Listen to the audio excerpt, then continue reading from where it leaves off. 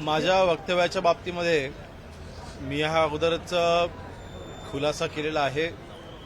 माननीय मुख्यमंत्री मोदयांनी देखील त्या बाबतीमध्ये खुलासा केला होता आणि खुलासा करत असताना मी मागेच सांगितलं होतं की विरोधकांकडून या वक्तव्याचा विपर्यास करून फक्त राजकारणासाठी उपयोग करून घेतला जातोय, हे दुर्दैवी आहे आणि त्या मतावर मी आजही ठाम आहे। म्हणजे ते त्यांच्या वक्तव्यावरती मी आजही ठाम आहे। जी माहिती वकिलांकडून आली होती त्यामध्ये बरेचसे वेगळे खुलासे झाले होते आणि तुम्ही जे वक्तव्य केलं होतं ते देखील याला संलग्न आहे असं म्हणावं, कारण पोलिसांकडून जी माहिती मिळाली होती तीच माहिती तुम्ही प्रसारमाध्यमांना दिली असं तुम्ही यापूर्वी सुद्धा म्हटलं। मी त्यावेळेस म्हटलं होतं की ज्यावेळेस मी त्या ठिकाणी गेलो आणि मी साधा प्रश्न विचारला की इतक्या रहदारीच्या ठिकाणी कोणाला सदर विक्टिमला वाचवण्याकरता कोणी का गेलं नाही।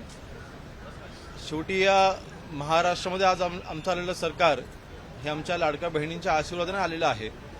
मग आमच्या अशा बहिणीवरती अत्याचार जेव्हा होत होता तेव्हा त्यांना वाचवलं का कोणी गेलं नाही।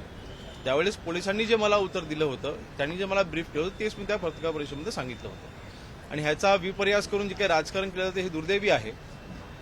दुसऱ्या बाजूला जे काही आरोपीच्या वकिलांनी स्टेटमेंट केले आहे ते समोर आहेतच, परंतु जो काही निवाडा होणार आहे तो न्यायालयामध्ये होईल आणि चौकशीच्या अंती 100% जे दोषी आहेत त्यांच्यावरती कारवाई तर होणारच आहे आणि सदर आरोपीवरती कठोरात कठोर कारवाई झाली पाहिजे। ह्यासाठी मी तिथे गेलो होतो।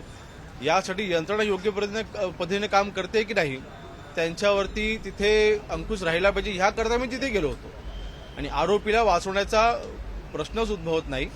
एकंदरीत ह्या आरोपीला कठोर शिक्षा झाली पाहिजे ह्यासाठी आम्ही आजही प्रयत्नशील आहोत।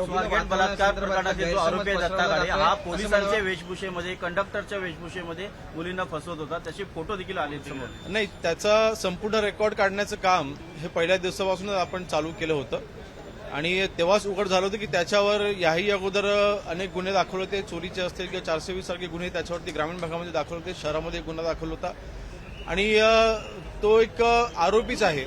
अशा पद्धतीच्या आरोपामध्ये तो पहिल्यांदा आहे, परंतु एक गुन्हेगार प्रवृत्तीची ती व्यक्ती आहे आणि अशा व्यक्तीला वाचवण्याचा प्रश्नच उद्भवत नाही। त्या व्यक्तीवरती कठोर कारवाई झाली पाहिजे अशा बाबतीत यंत्रणा या गृह विभागांना तिथे उचलल्या जातील। बीडमधले अनेक व्हिडिओ आता समोर येतात, एका पाठोपाठ वाल्मी कार्ड यांच्यावर आणखीन काही गुंड जे आहेत ते समोर, सतीश भोसले या गुंडाचा व्हिडिओ व्हायरल झालेला आहे, एकाला अमानुष मारहाण जी आहे त्या व्यक्तीने केलेली आहे। त्या सतीश आम्ही पुन्हा एकदा मी सांगेन, आपल्या पुरोगामी महाराष्ट्रामध्ये अशा पद्धतीच्या गुंडांना अजिबात स्थान नाही। अशा गुंडांना जेरबंद केलं जाईल, अशा गुंडांवरती कठोर कारवाई केली जाईल, अशा गुंडांना बाहेर फिरण्याच्या बाबतीमध्ये त्यांच्यावरती अंकुश ठेवण्यासाठी कायद्याचा वापर करून त्यांना जेरबंद केलं जाईल किंवा त्यांच्यावरती कठोर कारवाई ही केली जाईल। या महाराष्ट्रामध्ये हा संतांचा महाराष्ट्र आहे, हा पुरोगामी महाराष्ट्र आहे, छत्रपती शिवाजी महाराजांनी स्वराज्य स्थापन केलेला हा महाराष्ट्र आहे। या महाराष्ट्रामध्ये अशा कृती ह्या सहन केल्या जाणार नाहीत। सतीश भोसले हा आरोपी सोशल मीडियाचा वापर करत होता दहशत माजवण्यासाठी, पोलीस मात्र कुठली कारवाई करत नाही। पोलीस 100% कारवाई करतील।